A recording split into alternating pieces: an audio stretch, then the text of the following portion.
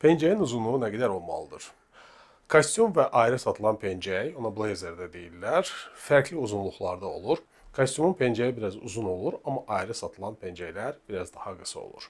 Kostyumun pencəyinin uzunluğunu necə ölçmək olar? Əllərinizi yana salırsınız, belə sıxırsınız, belə deyim ki, və əgər pencəyin ətəyi sizin ovucunuzun içərisinə oturursa, bu sizin düzgün ölçünüzdür.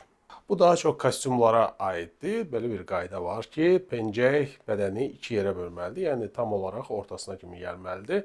Yəni arxanı, ombanı tam olaraq bağlamalıdır. Bunun da səbəbi Britaniyadan başlayır. Çünki orada havalar soyuq idi və s. Ona görə arxanı qorumaq lazım idi. Pencək uzun seçilirdi.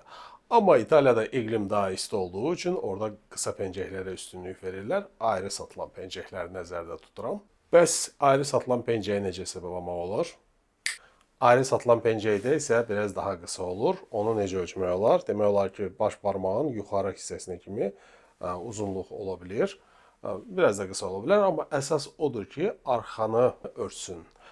Çünki bu qəbul olmuş qaydadır. Qısa olanda nə baş verir? Deyərəm ki, şalvarın arxası əgər biraz torbalama yaranıbsa, pis oturursa, o zaman pencəyin altında gizlənərək görsənmir. Ümumiliklə, pencək kişini daha yaraşıqlı göstərir, bədən formasını, çatışmamazlıqlarını gizlədir və həm də ciddi obraz yaradır.